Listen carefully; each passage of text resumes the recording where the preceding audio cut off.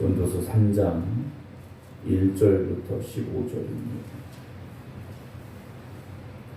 범사에 기한이 있고 천하 만사가 다 때가 있나니 날 때가 있고 죽을 때가 있으며 심을 때가 있고 심은 것을 뽑을 때가 있으며 죽일 때가 있고 치료할 때가 있으며 헐 때가 있고 세울 때가 있으며 울 때가 있고 웃을 때가 있으며 슬퍼할 때가 있고 춤출 때가 있으며 돌을 던져버릴 때가 있고 돌을 걸을 때가 있으며 안을 때가 있고 앉는 일을 멀리할 때가 있으며 찾을 때가 있고 잃을 때가 있으며 지킬 때가 있고 버릴 때가 있으며 찢을 때가 있고 꿰맬 때가 있으며 잠잠할 때가 있고 말할 때가 있으며 사랑할 때가 있고 미워할 때가 있으며 전쟁할 때가 있고 평화할 때가 있느니라. 일하는 자가 그의 수고로 말미암아 무슨 이익이 있으랴.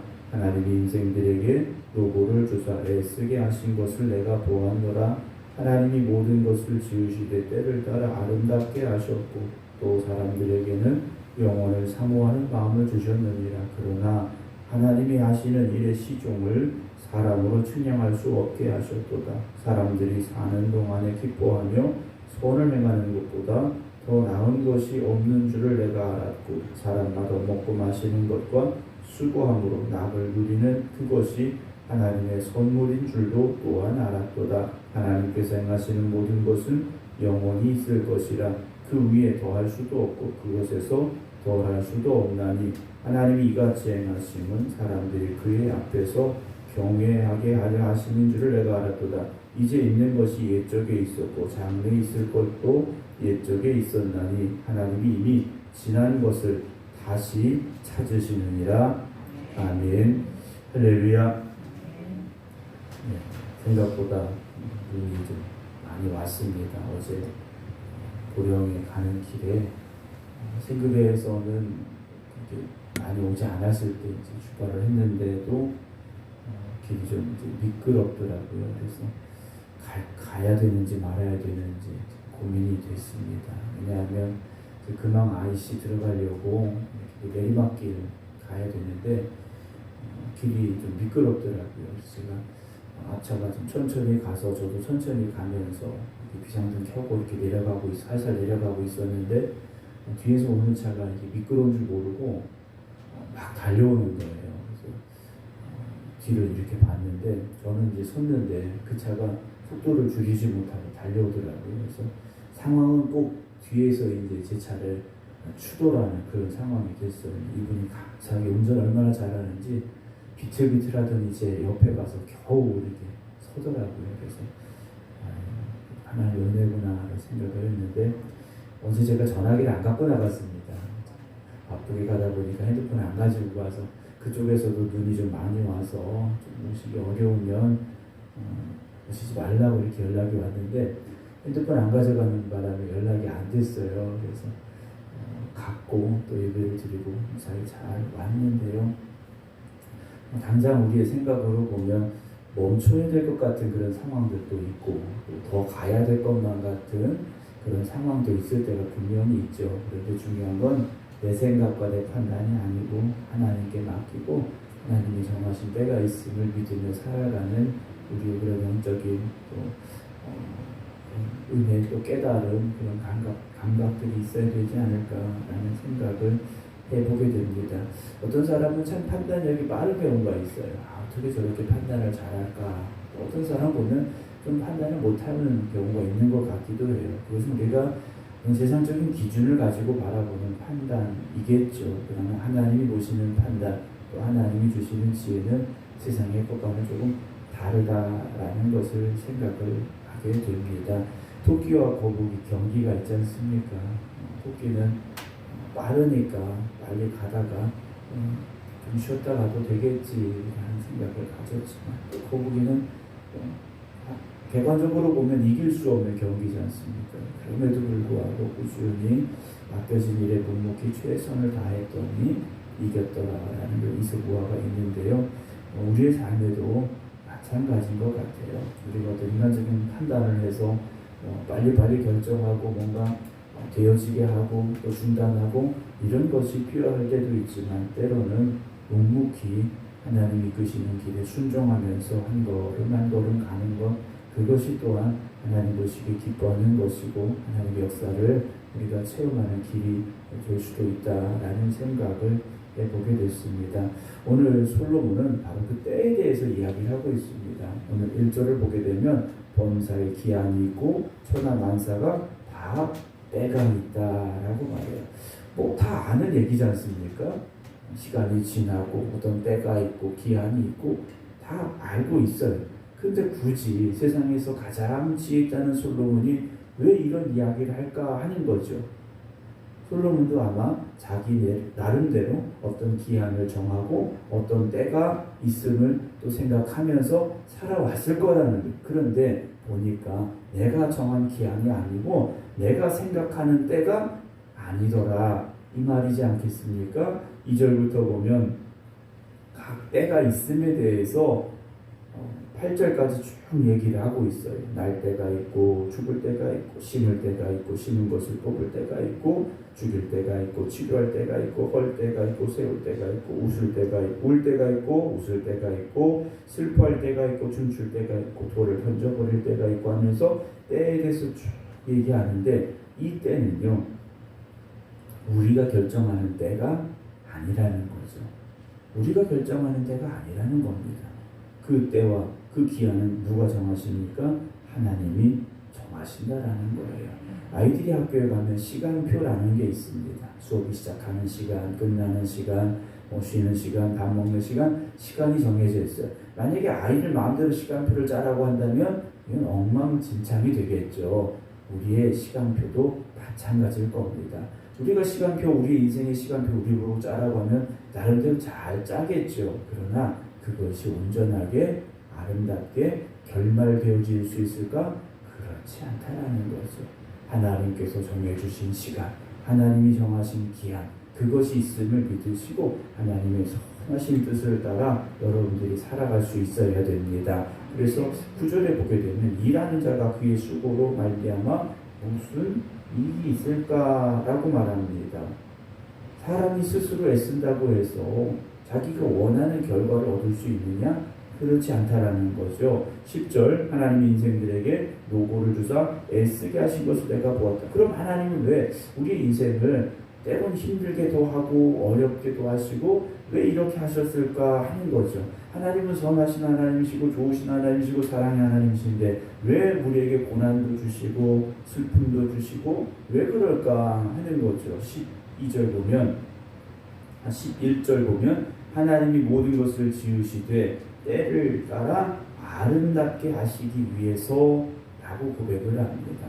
솔로몬이 그의 인생을 살면서 인생을 돌아보고 세상을 돌아보고 내린 결론이 바로 그것이라는 거죠. 하나님 없이 사는 인생은 허무하지만 하나님이 주신 뜻에 따라 살아가는 사람들은 하나님이 주신 아름다운 결과를 마주할 수 있다라는 거죠. 그것이 하나님의 섭리하신, 하나님의 정하신 기한과 때라는 겁니다.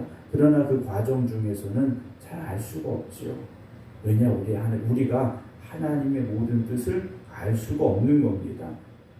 하나님이 하시는 일의 시종을 사람으로 측량할 수 없게 하셨다라고 말씀하고 있지 않습니까?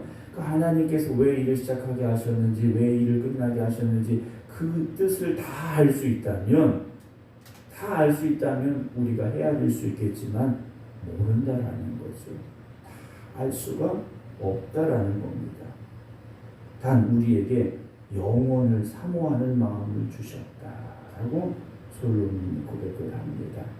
영원을 사모하는 마음으로 영원하신 하나님의 섭리를 인정하며 살자라는 거죠.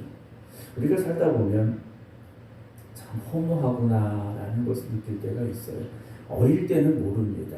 어린아이들은 몰라요. 젊은이들도 잘 모르지만 나이가 조금씩 들어가면서 인생이 참 허무하다라는 생각을 가지게 돼요. 그 왜 허무할까? 내가 생각하고 내가 뜻하고 내가 힘쓰고 내가 애쓰는 대로 안 되니까 허무한 거지 않습니까? 내가 원하는 대로 결과가 나오면 인생이 얼마나 재밌겠습니까? 그런데 그렇지 않으니까 허무하다라고 느끼는 거예요.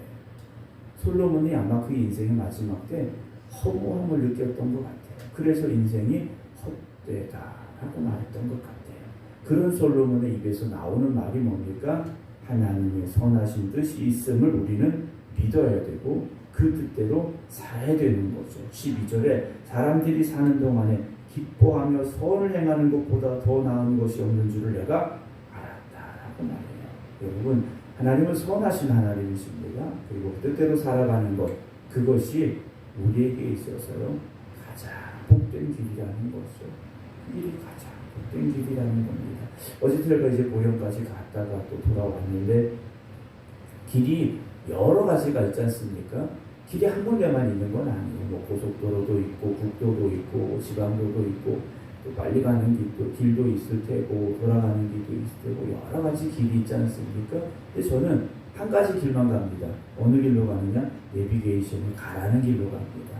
가장 빠른 길, 가장 편한 길 알려주면 그냥 그 길로 갑니다. 왜냐하면 얘가 알잖아요. 어디 가면 막히는지. 그래서 돌아가라고도 하고 알려주는 대로 그냥 가는 거죠. 우리가 인생을 어떻게 살아야 될까? 하나님이 이끄시는 길로 가는 게 가장 복된 길입니다. 우리가 생각하고 우리가 판단하고 여러분 잠깐은 좋은 것처럼 보일 수도 있지만 하나님이 이끄시는 그 길이 가장 선한 길임을 믿으시기 바랍니다. 그럼 선한 길을 어떻게 알 수 있을까? 다 알 수 없는데 어떻게 알 수 있습니까? 하나님께 맡기시기 바랍니다. 기도하며 맡기시기 바랍니다. 그리고 하나님이 보여주시는 길로 여러분 가시기 바랍니다. 13절에 사람마다 먹고 마시는 것과 수고함으로 낙을 누리는 그것이 하나님의 선물인 줄도 또한 알았다라고 말해요. 하나님의 선물이라는 거죠. 여러분 오늘도 우리가 먹고 마시고 수고하는 것 여러분 내 수고로 얻은 것이 아니고 하나님의 선물임을 깨닫고 범사에 감사하며 살아갈 수 있는 여러분들이 되시기 바랍니다. 그 감사함을 잃어버리지 않는다면 우리는요 하나님의 은혜 가운데서 매일매일 찬송하며 살아갈 수가 있죠. 그런데 내가 얻으려고 하니까 내가 원하는 결과가 그래서 안 나오니까 답답하고 속상하고 때로는 허무할 수 있다라는 것이죠. 14절입니다. 하나님께서 행하시는 모든 것은 영원히 있을 것이라 그 위에 더할 수도 없고 그것에서 덜할 수도 없나니 하나님이 이같이 행하심은 사람들이 그의 앞에서 경외하게 하려 하시는 줄을 내가 알았다. 그래. 하나님은 하나님이십니다. 라는 그 고백이 우리에게서 나오기를 원하고 계시다라는 거죠. 그러니 경외라는 단어가 언제 처음 나왔느냐? 창세기 22장에서 하나님께서 아브라함에게 이삭을 번제로 바치라고 말씀하셨을 때 번제로 바치려고 하죠. 그때 하나님께서 아브라함에게 하신 말씀은 네가 나를 경외하는 줄 내가 이제 알았다라는 말씀을 하셨어요.